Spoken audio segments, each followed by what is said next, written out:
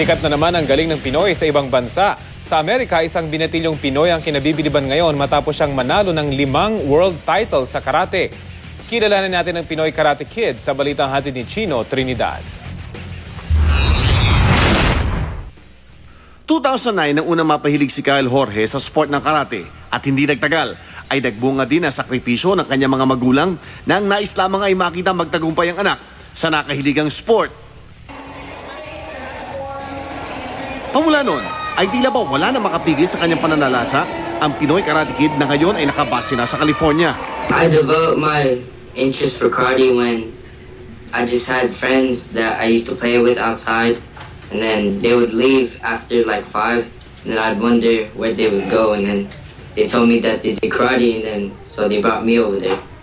3 sunod-sunod na taong nahirang bilang California State Champion. Mula 2011 hanggang 2013, ang tubong Mandaluyong ni si Kyle.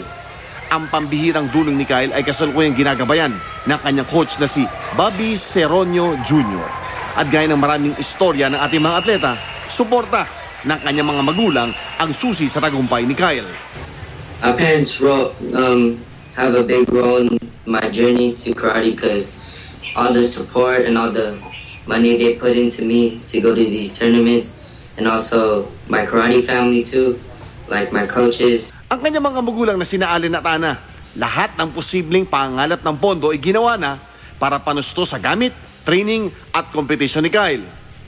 Ang lahat ng sakripisyo ay unti-unting nagbunga, lalo na makuha ni Kyle ang kanyang ika-5 world title sa loob lamang ng 3 taon sa natapos na Super Grants World Games sa South Carolina noong Disyembre 30. Karate is really fun, you know. I get a kick out of it from fighting. I always love to fight, and it's more of a mind game, so it really helps your brain be smarter and stuff. Sa naturang torneo ay ipinamalas muli ni Kyle ang tibay ng batang Pinoy nang dominahin niya ang kanyang age group tungo sa world title. Si Kyle pa lamang nakapagtala ng pambihirang record ng pagiging state, national at world champion sa loob ng 1 taon sa 12 to 14 years old category. Sunod na pangarap na nais maabot ng pamilyang Jorge ay ang pagkakataong si Kyle ay lumaban para sa kanyang bansang tinubuan. Hindi man Olympic sport sa kasalukuyan ng karate, ay kasama naman ito sa regular calendar ng SEA Games at Asian Games, kung saan sa pagdating niya ng tamang edad ay maaaring makapagbigay ng karangalan si Willem Kyle Jorge para sa Pilipinas. Chino Trinidad, GMA News.